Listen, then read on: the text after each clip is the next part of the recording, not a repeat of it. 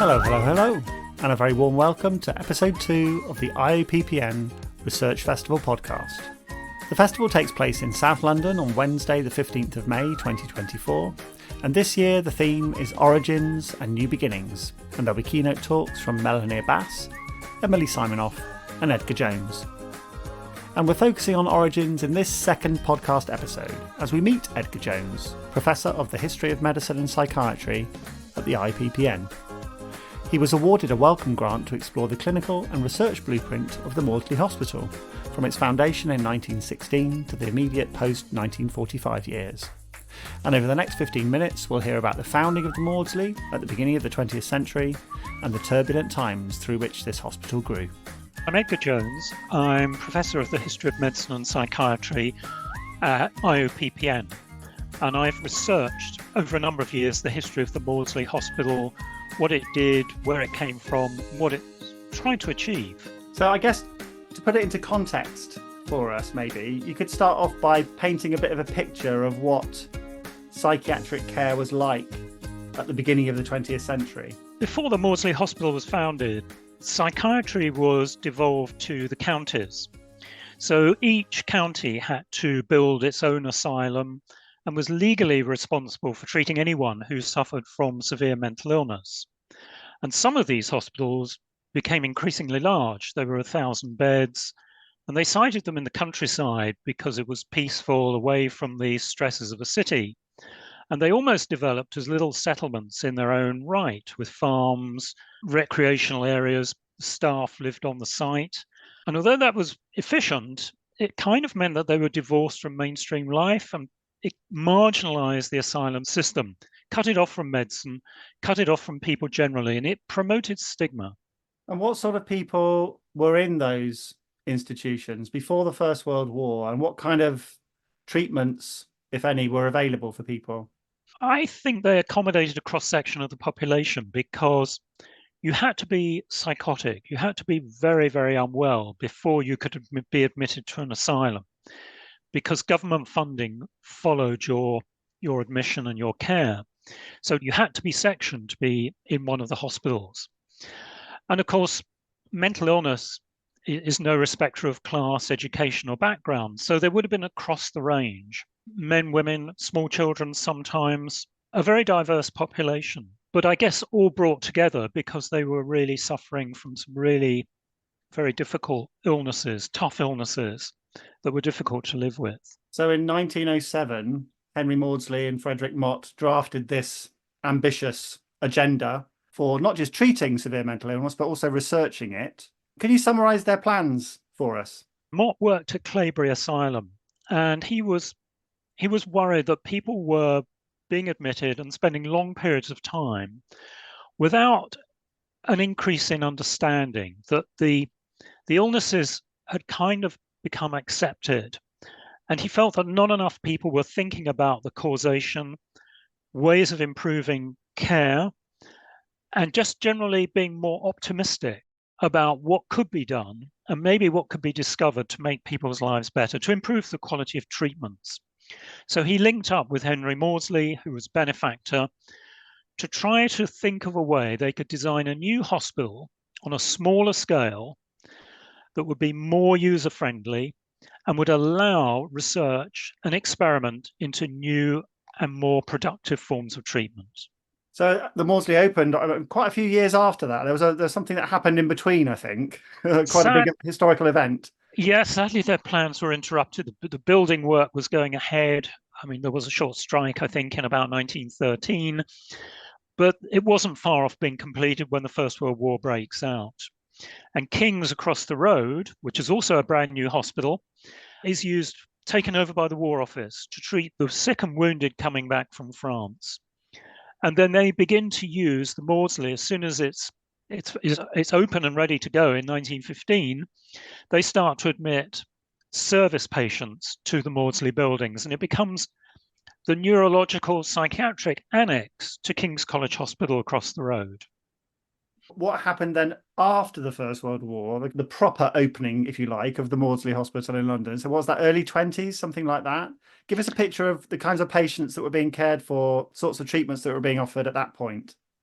Yeah, Maudsley opens officially in February 1923. And the plan is to treat a whole range of illnesses, not just people who are suffering from very severe psychosis, but people with occupational illnesses, occupational psychiatry, such as shell shock, as we've seen in the First World War. Also, people suffering from depression, anxiety states. They want to get a broad sweep to increase the chance that they're going to understand the roots of mental illness and devise more targeted treatments rather than those which are more to do with containment and calming those who are in very agitated states. So give me a bit of a picture of what care would be like for me if I was admitted with an early sort of psychotic episode. This is 100 years ago. Often when we look back that amount of time, we sort of laugh at the things that we were doing in our sort of how we conceived of, treatment for illness. What would I have experienced? Well, as in the asylums, you would have most likely been admitted to a ward, but it would have had slightly fewer beds, probably about 20 beds, with some single rooms at one end, rather than a big ward with 50 beds. So it's a more human scale. You're not in the countryside, you're in suburban London with parks around about and a railway station. They put a lot of money into high quality food because they thought that a good diet would improve a recovery process. They planted trees in the hospital grounds. They wanted it to be somewhere where you could sit outside, get lots of fresh air, get exercise, and build up your immune system. So it was designed to be more friendly, less stigmatizing.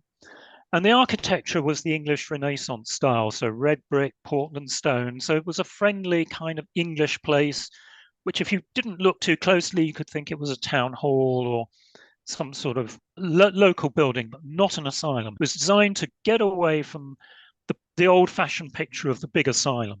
And presumably at this point, socially, economically, 1920s, 1930s, there was considerable challenges in our country. What were the challenges they faced with this quite innovative venture at that time? Funding is obviously one, because the costs of having a small-scale hospital with individual rooms, good quality food, a much higher staffing ratio, greater number of doctors and nurses per patient than you would have got in a big asylum, the costs go up. So they had to get the LCC, London County Council, on side in order to provide the finance, because patients, they're local patients, and they're treated for free. So they also have a private patients block as well, and that's an extra income stream designed to enable all this to happen. But it is a more expensive operation than the traditional 2,000-bed county asylum. So tell me a bit about how the ethos and the kind of clinical services, the research was influenced by elsewhere in Europe. Because there was a lot going on, particularly in Germany at this point. How did they come up with the kind of idea of this organization? How are they influenced by other institutions? Frederick Mott, when he's trying to work out what would be the best design for the hospital, he goes to Germany to visit Kraepelin's clinic in Munich, because Kraepelin is an internationally recognized professor of neuropsychiatry. He's got a large clinic, lots of patients, doing groundbreaking research. And so he tries to model the Maudsley on this German example where you've got integrated teaching, research, and publications, laboratory facilities, all in one big clinic. But they can't do it on the scale of the Munich enterprise. So it's a kind of small, scaled down version down in Camberwell. And then we had a Second World War that came along. So what state was the Maudsley in at that point before the Second World War? The Maudsley was just beginning to thrive in the late 1930s. It had managed to get a series of grants from the Rockefeller Foundation, and these were, reasonable sized grants in today's values, £500,000, £250,000 over 5 years. They'd got some very senior scientists from Europe who'd fled from persecution in Germany. So the quality of research was beginning to go up. And they were just starting to expand the number of beds. The outpatients was going up all the time. They were beginning to publish. And then the war comes and interrupts all of that. And they're forced to close the Maudsley building because it's considered a great risk of bombardment. And they move to 2 satellite hospitals out in the suburbs, one in the north at Mill Hill, one in the south down at Sutton. which are considered a bit safer and would be able to take people from those two areas. And that kind of divides the hospital. It temporarily halts the progress that they were on.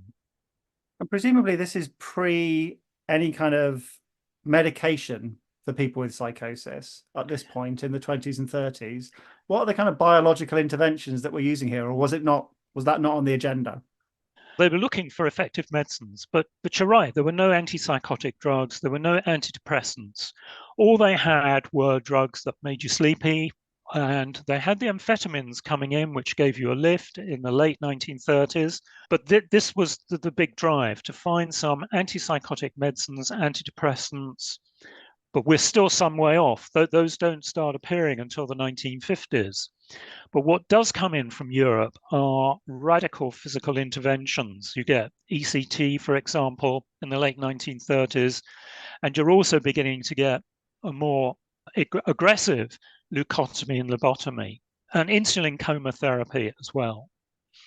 And so let's move to the period after the Second World War.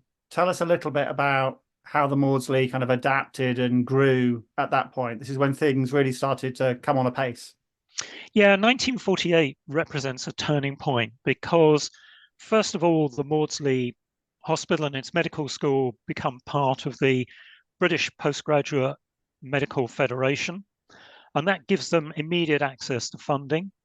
They also merge with the Bethlehem Hospital, which is a hospital with a significant financial endowment and large numbers of patients. So straight away, they've got extra income, they've got large numbers of people who they can recruit volunteers for clinical trials, and they're beginning to roll now. They're part of the University of London, and there is this therapeutic revolution. Drugs companies are beginning to discover medication like chlorpromazine, antipsychotic drugs, antidepressant drugs, so they can begin to do clinical trials to see which are the most effective.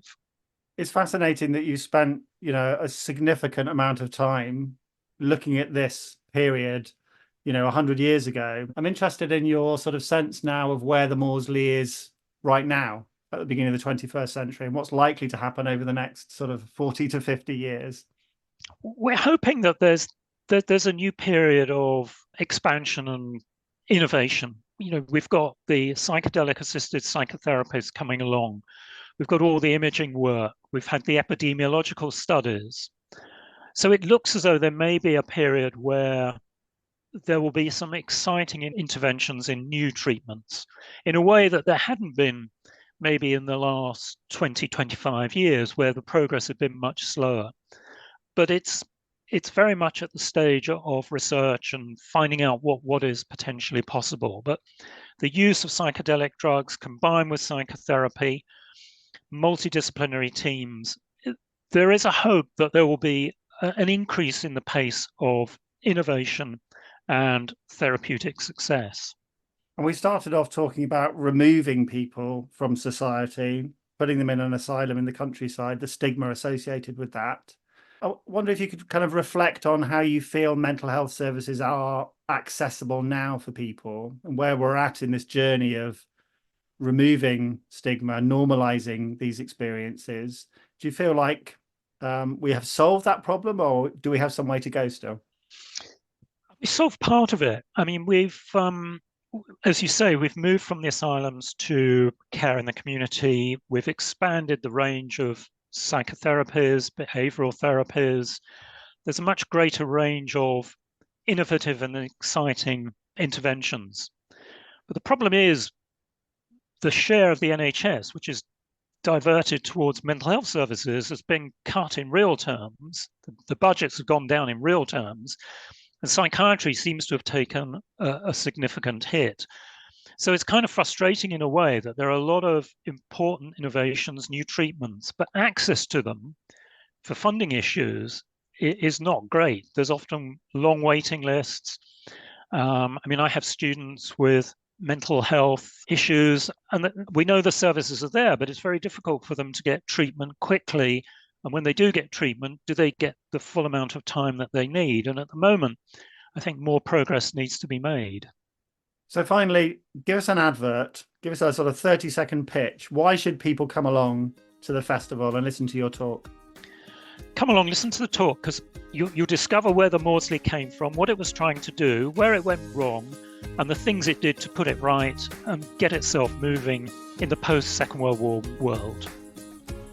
Thanks very much to Edgar for joining us and taking the time to trail his IoPPN Festival keynote talk. We look forward to covering his talk on the roots of research excellence at the Maudsley-IoPPN in more detail on May the 15th in London. Look out for episode 3 of the IoPPN Research podcast, coming soon and featuring Melanie Abas, speaking about global mental health and the ambition to end HIV/AIDS. If you'd like to attend the Research Festival in person, free tickets are available. Just follow the link in the podcast description to Eventbrite. That's it for now. This is André, signing off. I'll see you all soon.